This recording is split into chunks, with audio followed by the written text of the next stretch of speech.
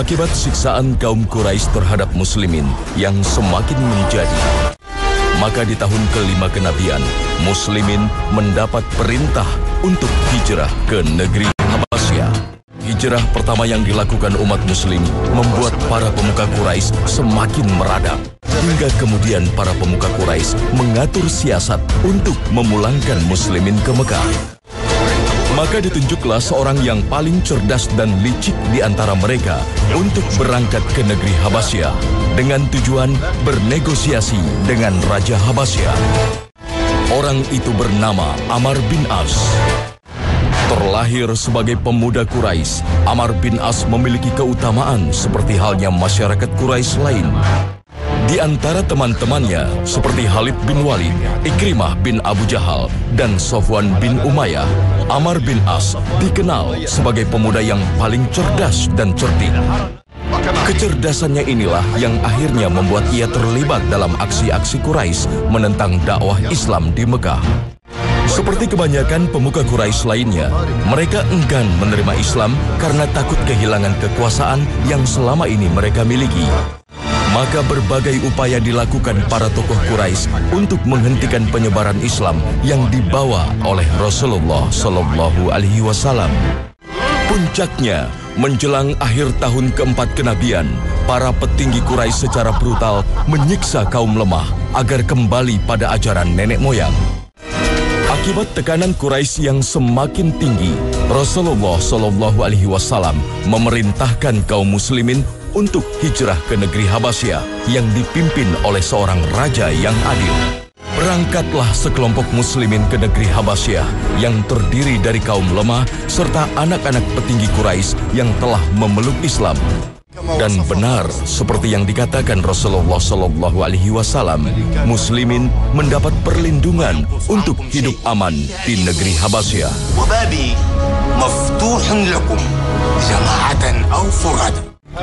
Tidak terima dengan keberadaan muslimin di negeri Habasyah, Quraisy semakin berang dan kembali mengatur siasat untuk memulangkan muslimin. Setelah melakukan pembahasan panjang, maka akhirnya disepakati bahwa Amr bin As, pemuda yang pandai berdiplomasi, diutus untuk meminta pada Raja Habasyah agar memulangkan muslimin ke Mekah. Bermodal kedekatan dengan Raja Habasyah, Amr bin As berangkat. Sampai di Habasyah, sang raja begitu hangat menyambut kedatangan Amr bin As. Sahibi Amr bin As, la tatalif baina al-ashab. لا إن تواضع الملك فمنة. عدم مكة. قد عرفت ما أحب يا عمرو. Apalagi sang diplomat Quraisy itu membawa hadiah yang amat disukai sang raja beserta stafnya.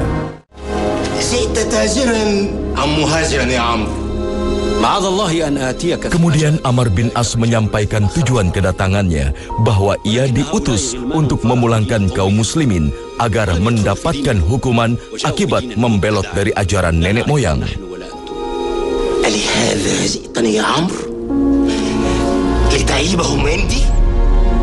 Namun, kalimat-kalimat Amr bin As tak bisa mempengaruhi sang raja. لا يضام عندي قوم جاءوني ونزلوا بلادي واختاروني على من سواي. Sang raja memilih untuk mendengarkan langsung penjelasan dari pihak muslimin. Setelah mendengar penjelasan dari kaum muslimin, barulah sang raja memutuskan bahwa ia tak akan menyerahkan muslimin pada Amr bin As. انطلقوا فوالله لا أسلمكم لأحد ولا تكادون عندي. Karena merasa tidak puas, kemudian Amr bin As melancarkan aksinya di hari berikutnya. Ia mengatakan pada sang raja bahwa muslimin telah menghina kepercayaan yang diyakini oleh sang raja dan masyarakat Habasyah. Namun, lagi-lagi sang raja tak langsung terpengaruh. Sang raja yang adil lebih memilih untuk mendengarkan penjelasan langsung dari mulut muslimin. إنهم يقولون في عيسى قولا عظيما فسلهم عما يقولون. قد سمعتم قول صاحبكم فأجيبوا. والله ما نقول فيه إلا ما جاءنا به نبينا Dan benar saja, lagi-lagi sang raja membela muslimin yang meminta perlindungan darinya. Wallahi ma ada Isa ibn Maryam ma qulta hadha law. Izhabu fa antum aminuna fi ardi. Man sabbakum gharib. Man sabbakum gharib. Amr bin As tak berkutik. Sang raja justru marah padanya karena kecewa atas sikapnya yang tidak menunjukkan kecerdasan. Ruddu ala hadha hadiyata. La hajata li. Amr bin As pulang dengan tangan hampa.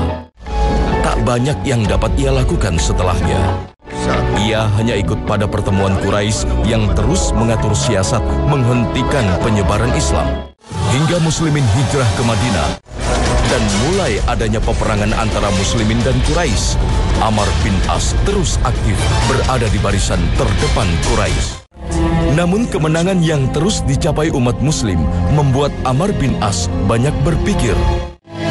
Dalam hatinya mulai tumbuh keyakinan bahwa Muhammad SAW adalah seorang nabi yang membawa risalah kebenaran.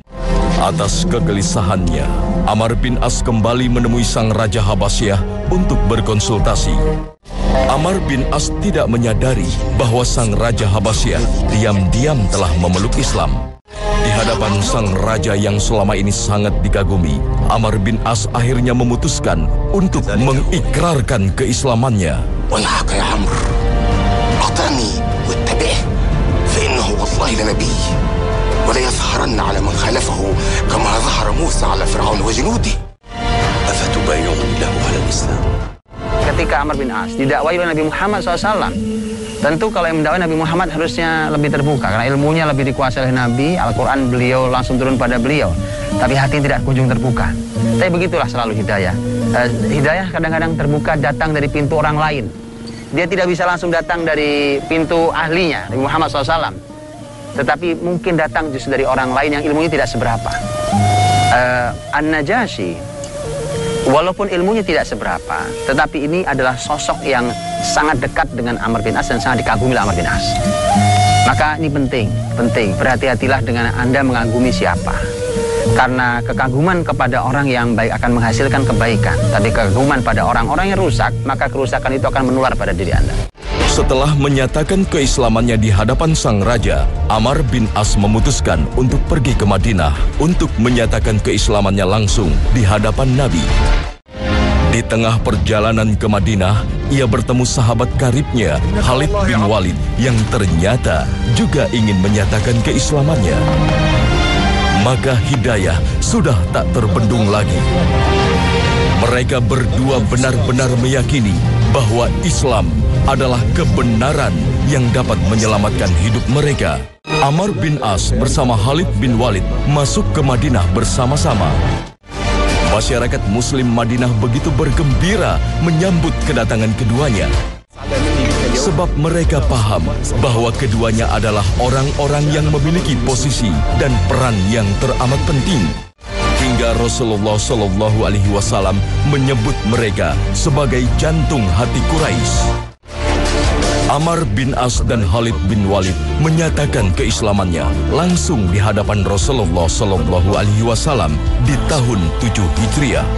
Tak lama setelah keislamannya, Rasulullah SAW mempercayakan Amr bin As untuk memimpin pasukan Zatus Salasil di tahun ke-8 Hijriah. Ada hal yang menarik. Nabi SAW memanggil Amr bin As dan berkata, "Wahai Amr bin As, saya mau mengutus kamu menjadi panglima dan saya berharap engkau menang dalam pertempuran ini. Kemudian kau bisa mendapatkan ghanimah dan aku bisa memberikan ghanimah itu kepadamu." Tapi subhanallah, jawaban Amr bin As radhiyallahu anhu luar biasa. Dia mengatakan, "Ya Rasulullah, bukan untuk ini aku masuk Islam, tapi aku masuk Islam untuk jihad fisabilillah dan untuk hidup bersamamu." Subhanallah, ini kita bisa bayangkan orang baru masuk Islam, tapi sudah tumbuh di dalam hatinya bahwa semua yang dilakukan hanya karena Allah Subhanahu wa Ta'ala. Maka menjadi pertanyaan besar buat kita, sudah lama berislam, akankah kita masih beramal dengan niat dunia? Amr bin As baru masuk Islam, Dia katakan, bukan itu ya Rasulullah. Aku bukan masuk Islam karena ingin mendapatkan harta dunia. Kesungguhan Amr bin As menjadi seorang muslim benar-benar ia tunjukkan. Dengan kecerdasannya, ia begitu cepat mempelajari dan memahami Islam. Sebagai orang yang relatif baru memeluk Islam, ia juga cepat mendapat kepercayaan Rasulullah SAW untuk menyebarkan Islam di negeri Oman. Ia kembali ke Madinah di masa Khalifah Abu Bakar dan mendapat kepercayaan untuk memimpin perang melawan kaum murtad serta penaklukan besar wilayah Syam. Abu Bakar berkata kepada Amr bin As, aku ingin menawarkan kepadamu, karena waktu itu ada sebuah keinginan besar untuk Abu Bakar membuka negeri Syam. Maka dia mengatakan, aku ingin menawarkan sesuatu yang lebih baik dari posisimu sekarang. Tapi kalau kau masih tetap ingin di posisimu di Oman, maka silahkan. Tapi kalau kau mau milih untuk tugasku yang baru ini, yang aku berikan kepadamu, maka ini lebih baik untukmu. Kalimatnya Amr bin As sungguh sangat luar biasa. Dan ini gabungan pada diri seseorang, bahwa inilah pemimpin yang hebat, tapi sekaligus inilah anak buah yang hebat. Inilah panglima yang dahsyat, sekaligus ini adalah prajurit yang sangat taat. Kalimatnya dia mengatakan bahwa sesungguhnya aku ini, kata Amr bin As, sesungguhnya aku ini hanya merupakan anak panah dari anak panah Allah Subhanahu wa taala, dan engkau yang Allah berikan kekuasaan untuk mengirimkan kami, maka kirimkan saya, terserah kepadamu. Kirimkan bahkan ke negeri yang paling sulit sekalipun. Kesiapan. Karena berapa banyak di antara para pemimpin yang hanya siap menjadi pemimpin tapi tidak siap untuk dipimpin. Itu menjadi masalah. Karenanya ada sebuah kalimat yang sangat baik, bahwa bagaimana dia menjadi pemimpin yang baik kalau dia sebelumnya belum pernah menjadi masyarakat yang dipimpin yang lain. Saat penaklukan wilayah Syam, Amr bin As begitu bersemangat hingga ia tercatat berhasil menaklukkan sebagian besar negeri Palestina. Maka setelah wilayah Syam berhasil ditaklukkan, Khalifah Umar bin Khattab kembali mempercayakannya untuk menaklukkan Mesir. Karena sang Khalifah paham, untuk menghadapi Raja Mesir yang licik dan zalim dibutuhkan orang secerdas Amr bin As. Dan benar keputusan sang Khalifah bahwa di tangan Amr bin As, negeri piramid itu berhasil diselamatkan muslimin dari tangan kezaliman. Amr bin As kemudian diberi kepercayaan untuk memimpin masyarakat Mesir. Inilah prestasi besar yang berhasil ditoreh mantan negosiator ulung Quraisy itu. Sebab penaklukan Mesir telah membuka jalan bagi umat muslimin untuk menaklukkan seluruh Afrika hingga Eropa. Menetap di Mesir tak berarti membuat Amr bin As melupakan wilayah muslim lainnya. Kecerdasan yang dimiliki Amr bin As membuat ia seringkali menjadi tempat bertanya dan mencari solusi Khalifah Umar yang sejak masa jahiliyah sudah menjadi teman dekatnya. Seperti saat paceklik melanda wilayah Jazirah Arab, dengan sigap Amr bin As mengirimkan bantuan pangan kepada umat muslim. Atau saat terjadi wabah penyakit Ta'un Amwas, Amr bin As berhasil memberikan solusi untuk mencegah penyebaran wabah agar tidak meluas. Yaitu ketika terjadi Ta'un Amwas, yaitu wabah penyakit yang kemudian ini membunuh puluhan ribu sahabat dan tabi'in. Begitu diminta oleh Umar untuk menganalisa Ta'un Amwas dan memberikan masukan bagaimana solusinya, karena penyakit terus merenggut jiwa. Kata Amr bin As bahwa saya menjumpai bahwa penyakit ini menyebar dengan sangat cepat di perkumpulan-perkumpulan orang. Artinya mereka berkumpul di sebuah desa, berkumpul bersama, kemudian menular penyakit itu dengan sangat cepat, sangat cepat merenggut jiwa. Maka Amr bin As memberikan masukan bahwa masyarakat di wilayah wabah harus menyebar. Bahkan kalau perlu tidak boleh bertemu dua orang. Jadi mereka menyebar ke kampung-kampung, ke desa-desa, ke gunung-gunung, ke lembah-lembah, ke padang pasir. Mereka harus menyebar ke seluruh wilayah itu. Dan subhanallah, sejarah menyebutkan bahwa dalam waktu hanya 3 hari, maka berhenti wabah itu. Tidak jatuh lagi korban, kemudian wabah itu berhenti. Ini pemimpin yang luar biasa. Bukankah salah satu kehebatan seorang pemimpin, ciri kelayakan seseorang menjadi pemimpin adalah dia punya kemampuan menganalisa masalah, kemudian memberikan solusinya setelah itu. Inilah Amr bin As, yang dipuji oleh Khalifah Umar bahwa ia layak menjadi pemimpin dimanapun ia berada. Kecerdasannya mampu memperbaiki kondisi umat yang ia pimpin. Kesungguhan imannya betul-betul ia tunjukkan setelah menyatakan keislamannya. Hingga semua yang dilakukan Amr bin As di masa keislamannya, ia lakukan hanya untuk Allah dan nabinya semata. Amr bin As tercatat memiliki usia yang panjang. Ia hidup sampai tahun 43 Hijriah di masa kepemimpinan Muawiyah bin Abi Sufyan.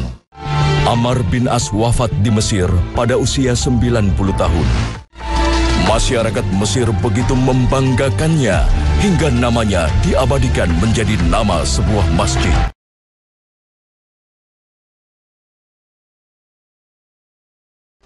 Rahimahullah Amr bin As.